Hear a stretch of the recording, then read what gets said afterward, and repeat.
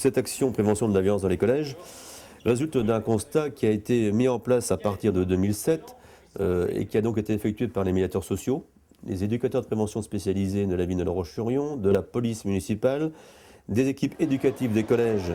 Et donc, ces constats ont été menés par la direction du service dans les collèges au niveau des classes de 5e. Et nous nous sommes aperçus que la violence en milieu scolaire ne pouvait laisser personne indifférent, d'autant que la situation dans certains établissements était devenue préoccupante. Cette année, c'était essentiellement des classes de 5e, donc ça représentait environ 350 élèves des 3 collèges concernés. Le projet s'est mis en œuvre tout d'abord par une présentation et une validation auprès des comités d'éducation à la santé et à la citoyenneté des différents collèges lyonnais.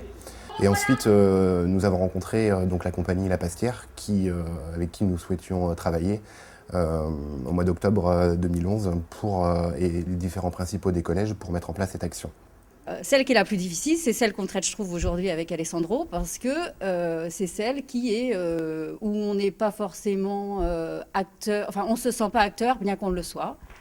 Parce qu'on n'a pas cette vigilance-là, parce que ces gamins-là ne s'aperçoivent pas qu'ils sont eux aussi les acteurs des violences, parce qu'ils sont eux aussi ils acceptent cette violence. Donc c'est pour ça qu'on travaille avec Alessandro, c'est pour que chacun se dise, eh bien, est-ce que j'accepte ou pas cette violence? Est-ce que je l'entraîne, cette violence? Est-ce que je lui permets de s'installer, est-ce que je lui permets de se conforter dans ce milieu et c'est bon, voilà, moi c'est tout l'intérêt que je vois dans cette action-là, parce qu'ils ont au moins cette réflexion-là perso sur le quotidien global. La pièce créée partant de faits réels, c'est effectivement pour partir de la réalité. Une réalité qui est lointaine par rapport aux jeunes dans un premier temps, et qu'ensuite on amène petit à petit jusqu'à retrouver la situation que le jeune vit dans la classe. La raison réelle est la suivante, c'est que pour nous, violence est tout ce qui empêche à quelqu'un de s'épanouir. Donc ce n'est pas simplement le coup, ce n'est pas simplement la blessure, ce n'est pas être victime de quelque chose que tout le monde peut voir, c'est simplement perdre confiance en soi-même et en les autres.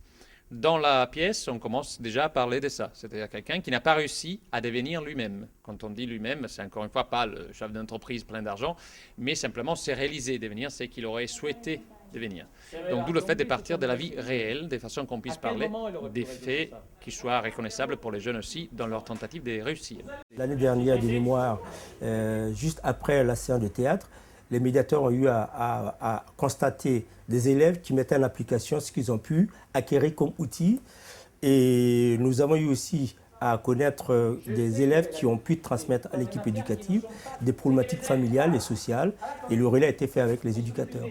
Donc il est difficile de mesurer les effets dans le court terme.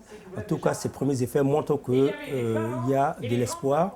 On souhaiterait étendre cette action auprès des enseignants dans les établissements scolaires.